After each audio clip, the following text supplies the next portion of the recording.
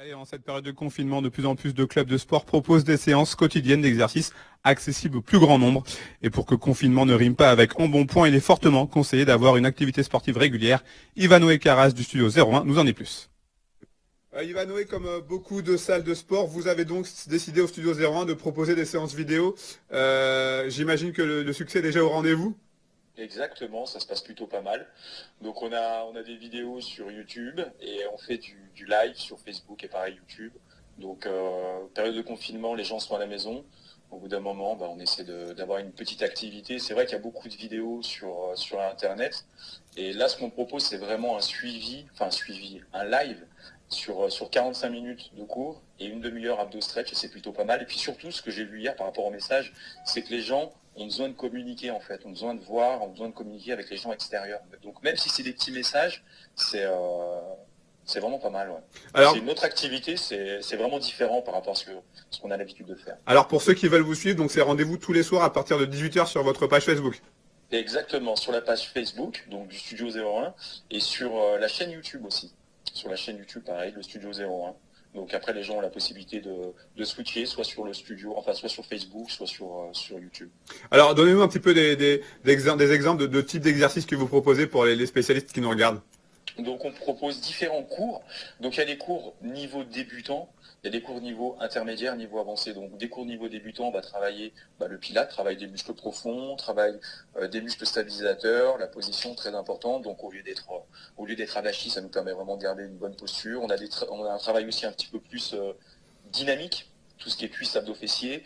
Il y a des vidéos aussi comment on appelle ça, de cardio, donc un peu plus basé sur l'activité cardiovasculaire. Il y a des circuits training, donc c'est pour tous les niveaux et tout âge. Est-ce que selon vous, confinement rime avec embonpoint? Non, normalement non. En fait, le plus dur dans le confinement, c'est de se fixer un planning. C'est-à-dire essayer vraiment le matin de s'occuper. À midi, si on a le temps, et essayer de faire une activité. Éviter de grignoter, ça c'est le plus important. C'est Parce qu'on difficile quand dans on est cette à la temps. maison, C'est c'est dur, difficile. c'est dur. Donc après, si on veut grignoter, si on a besoin de grignoter, on peut prendre des pommes, des fruits, il n'y a pas de souci, quoi.